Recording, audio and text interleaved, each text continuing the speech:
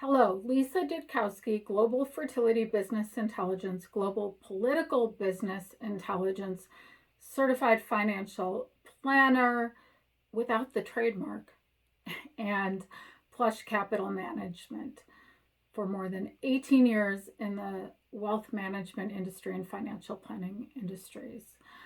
So this is part 2. Earlier today I did part 1 and told you that CFP Board, the politically weaponized Washington DC not-for-profit, is compelling YouTube to remove archival business videos of mine from 2016 and 2021.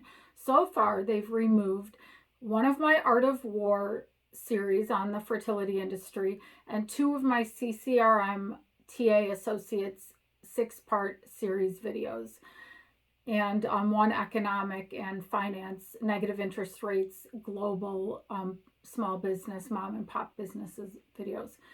So these videos have no trademark problems whatsoever. They were professionally produced, professionally done, edited years ago, and have CFP with the little R in a circle after my name because they were produced years ago.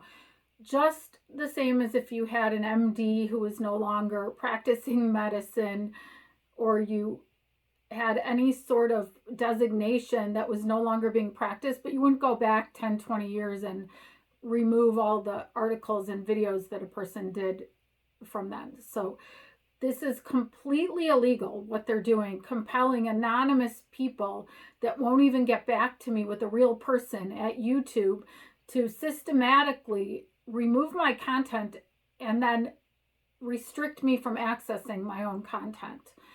And I want to get into the history of why they're doing this. This started in March of 2021 when LPL Financial redid its entire national United States Home Office supervisory structure, and it became weaponized. I don't know who was in charge of that, but they put a completely incompetent creep with a horrible job history, Lawrence Scott Keyes in Michigan. He used to live, I think, in Oak Brook or Naperville or somewhere, and worked for Fixed Income Capital with these 2 guys. Most of his jobs he kept in his life less than 1 year. He doesn't have any designations, but he worked for Fixed Income Capital. And he was a completely incompetent supervisor who reached out to me 1 time in 23 months. 1 time in 23 months. Was never reachable, or when you did reach him, said, I have no idea. So he reached out to me 1 time in 23 months. But it was March 2021 when, in advance of the midterms, by the way, that LPL Financial politically weaponized and redid its entire home office supervisory structure. Then I became friends with a lot of people who are running. I know a lot of people who are running for midterm election for different offices. Max Rice was running, Joe Severino was running, Maggie McGonigal was running, Rob Cruz was running, the Baileys were running, Darren Bailey was running. Lots and lots of people were running for all sorts of, Tom DeVore, great guy, was running. So I became friends with a lot of campaigns and a lot of people running. And so people in the community that are political operatives for weaponized Washington, D.C. and Alexandria, Virginia not-for-profits took note of that I had some influential friends. Namely, Julie Cho works for American Enterprise Institute, a almost $400 billion not-for-profit run by the Cheneys, Dick and Lynn Cheney. In fact, a few years ago, the only spouse they gave a big income to was Lynn Cheney. That's a Washington, D.C., almost $400 billion not-for-profit American Enterprise Institute.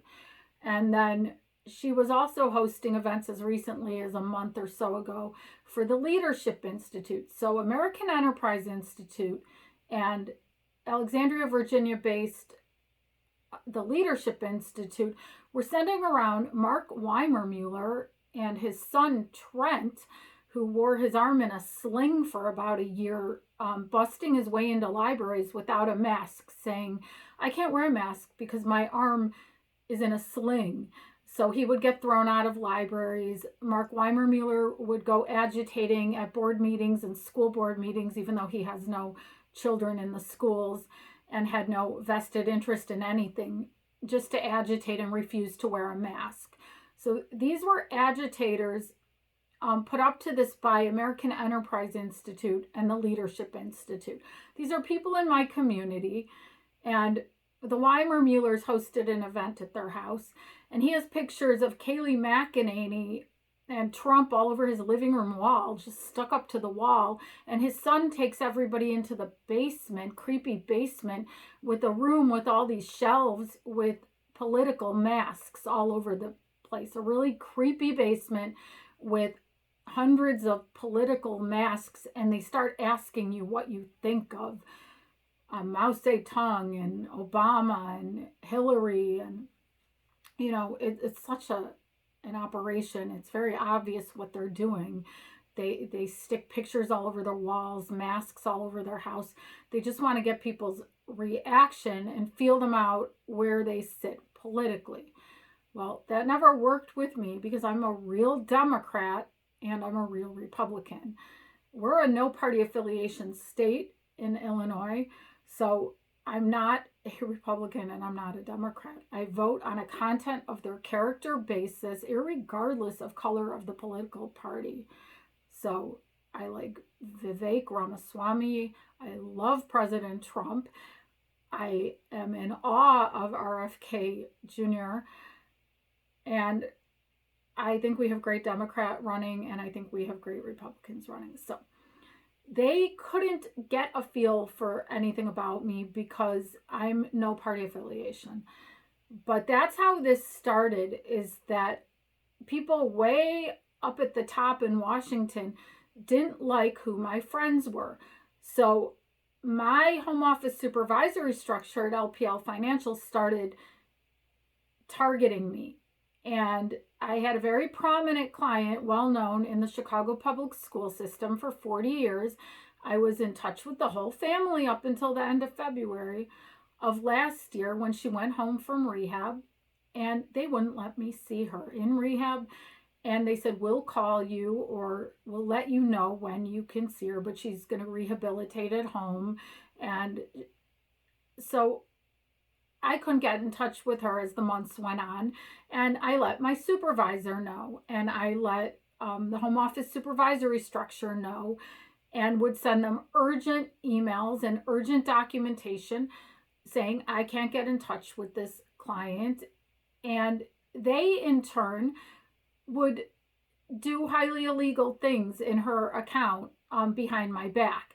So then I found out through the Illinois legislature, House and Senate, bills and resolutions, and the Cook County Recorder of Deeds and the probate court, what was really going on.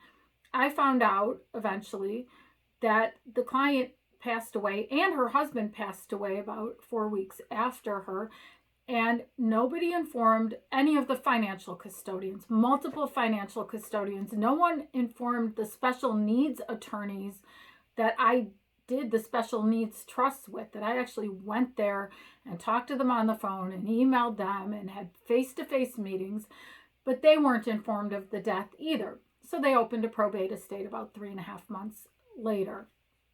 So these 70-year-old twin brothers, Irish twin brothers, who came over to LPL from Securities America, were transacting, Blythe and Associates, in my deceased client's accounts, transacting in her estate, transacting with the other financial custodian.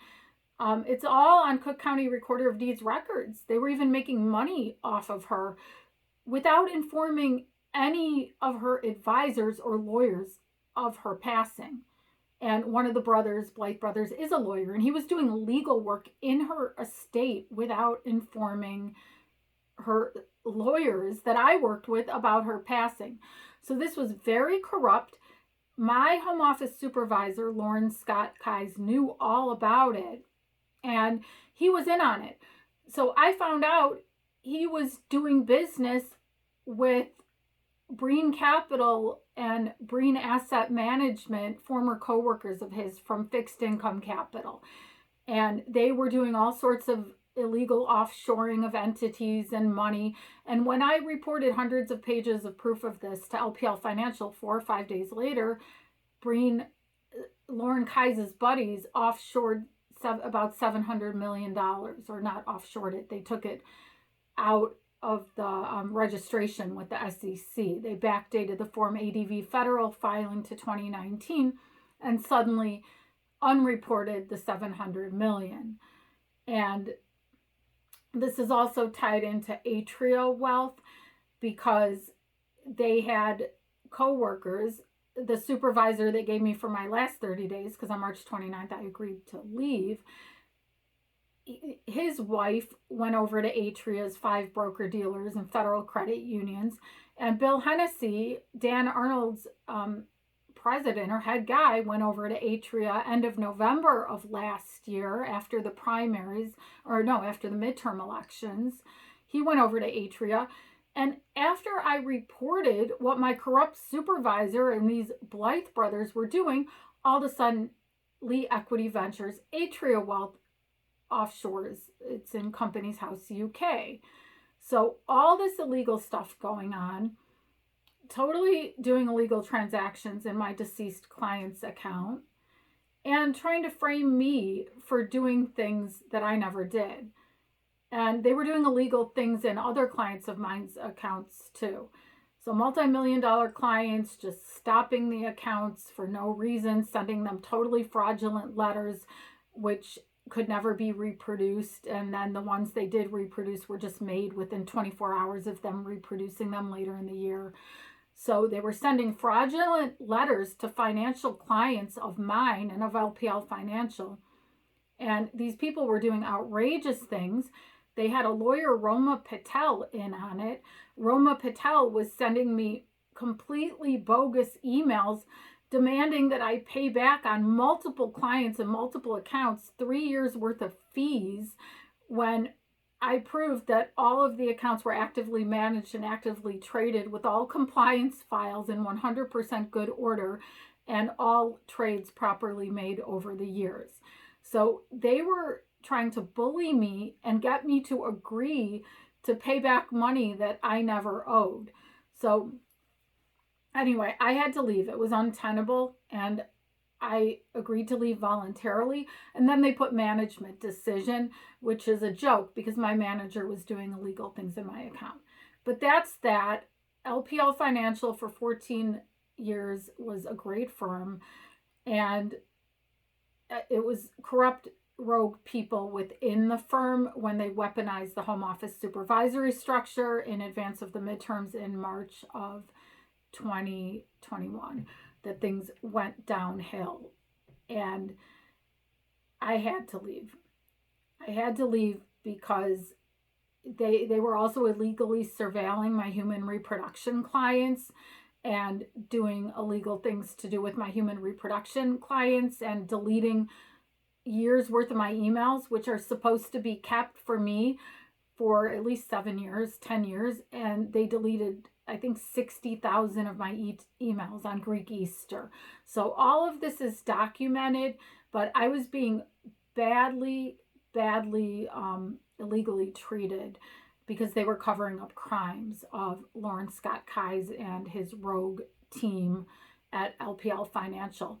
And this has all been reported to regulatory bodies, and I have thousands of pages of evidence, and LPL has to produce my 70-some thousand emails that they deleted. So regulators can look into all of this. It's out of my hands. But, excuse me, I need a drink.